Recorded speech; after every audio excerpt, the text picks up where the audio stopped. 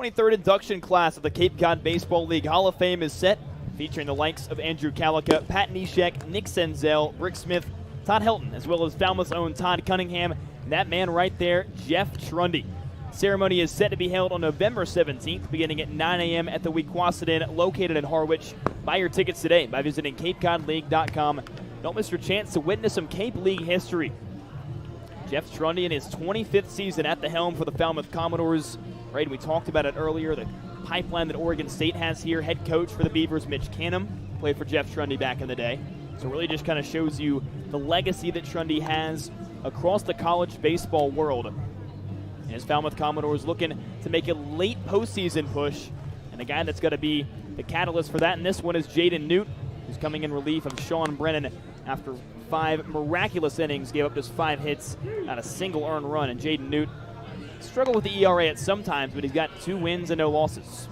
Yeah, Jaden Newt again trying to come in and had a very good outing against Wareham last time he pitched on, what was it, last Sunday, when an inning and a third, no hits, no runs allowed. Did pick up a strikeout, but actually he did earn the win. I just want to confirm that he did earn the win in that Sunday game. So he looked really good against the Gatemen, but it was the first time he really looked dominant out there. Kind of got hit around his first 3 outings. So trying to go back to that same way, coming in a scoreless ball game.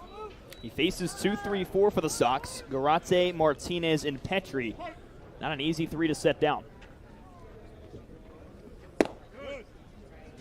First pitch strike to the Oregon Duck and the third baseman, Carter Garate.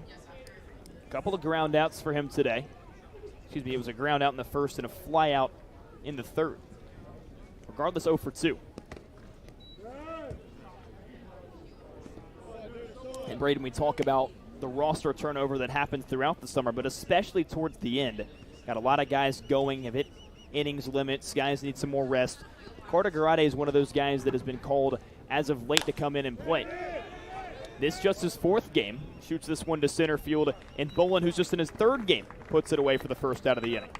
Yeah, that's kind of the point of the season. You'll see some of these JUCO guys coming from smaller colleges, getting the call up from the NECBL or other leagues. It's kind of a lot like minor league baseball, major league baseball. You get the expanded rosters in September. It's kind of like that in the Cape Cod Baseball League, as you see Brady, the bat boy for the YD Red Sox, running off with it. He's one of the staples around the YD clubhouse. Scott Pickler calling him the heart and soul at times, someone that's been around this staff for many years now. Just really kind of brings that kid environment to it, puts smiles on the players' faces, and keeps things light in the clubhouse. The players may come and go, but Brady will always be there for the Sox, all 40 games and beyond. I know the Red Sox already have that East Division locked up. Just looking to play for some pride and joy the rest of the way.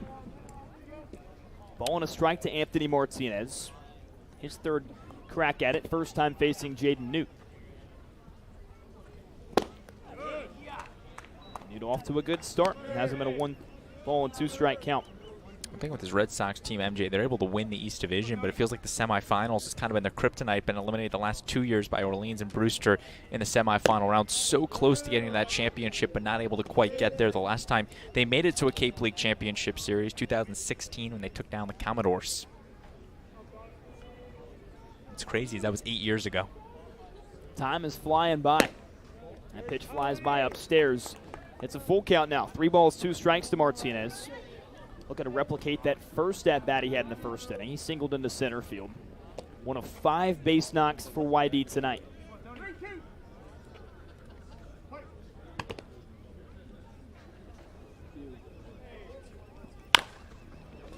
Chopper to Keelan. Easy play for the vault. 2 gone. A good fundamental defense is definitely a big part of the game. If you can give that support behind your pitcher and Sean Brennan make the easy plays, get the outs, now Jaden Newt out on the bump, it just helps the transition from pitchers if you can make the plays behind them in the fields.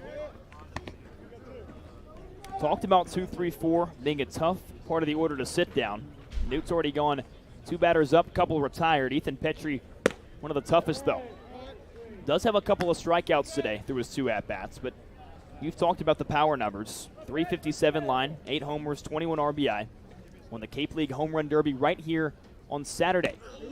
And he's not going to swing. Where's this one? Right off the numbers.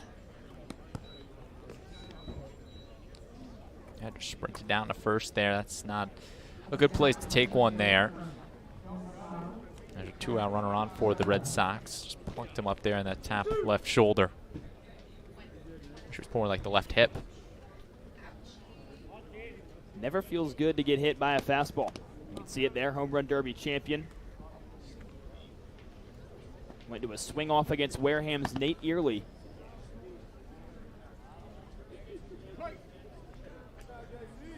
Still 2 gone.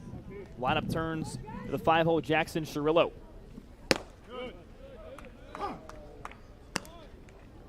Cirillo also has a single today. Like Anthony Martinez a couple of batters ago, he got stranded over at third base. He actually stole second and went ahead and took third on a ball to the backstop.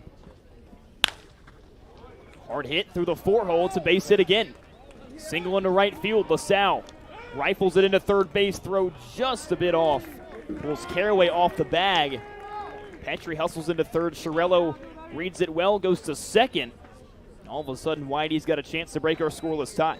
It's interesting. Sky Duff's got a smile on his face. He was actually giving Petrie the stop sign at second base, but he blew through that, took off for third, and you could see Sky Duff at third kind of breathe that sigh of relief. He's got in there, but definitely a good laugh with Petrie there, and all of a sudden you risk it, and you got 2 runners in scoring position. It's ruled a single. Took second on the throw from LaSalle.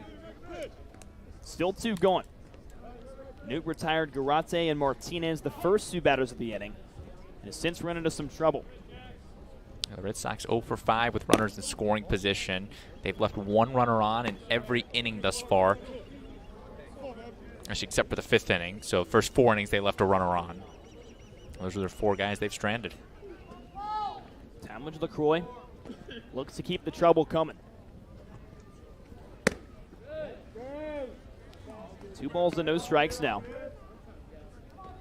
Feels like a pivotal part of the game here in Newt's first inning of work. Mentioned he came in relief of Sean Brennan, who had a great 5 innings of work. Croy just 1 RBI on the summer. It came in the fashion of a solo home run in which he blasted against the Katuitt Cavaliers all the way back on the 15th of July. That was his very first game he played in. It's always a good way to make your name known to head coach Scott Pickler. You homer in one of your first 2 at-bats.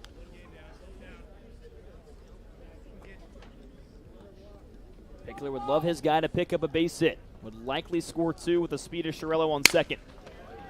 Back up the middle. Willits into the hole. Off his back foot. Marquette just loses it at first base, and he does pick up a pair of ribbies. And what's tough there is Will Bowers was getting ready to clinch the fist and call him out, but the ball just popped out of the glove of Isaiah Barquette. It would have been a web gem that kept this game tied at 0, but with 2 outs, YD really just was running the house on it, and they were able to squeeze home 2 runs on that play. It's a tough play by Will. It's a low throw, and as a result, the Red Sox are first on the scoreboard. Mentioned earlier that first baseman's meant for Barquette, a bit newer, was trying to break it in pregame.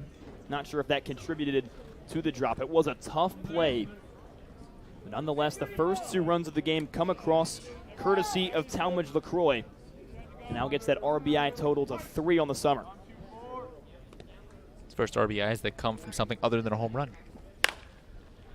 Gavin Gallagher, the next batter, sprays it foul. From South Carolina to North Carolina. Tar Heel in the second baseman. Gallagher in for his 3rd time. It's tough. Sean Brennan pitched a gem out there, 5 innings, and gets a no decision for his 4th straight starts.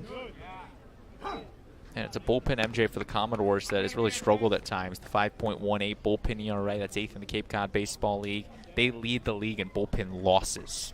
11-10 record for this Commodore bullpen.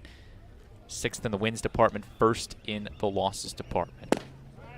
Good bounce back for Jaden Newt. 3 pitches to Gallagher, 3 strikes. And we conclude the home top side of the 6th, rather. Couple of runs come off the board, though. First 2 RBI. Credit them to Talmadge LaCroix. Red Sox got a 2-0 lead.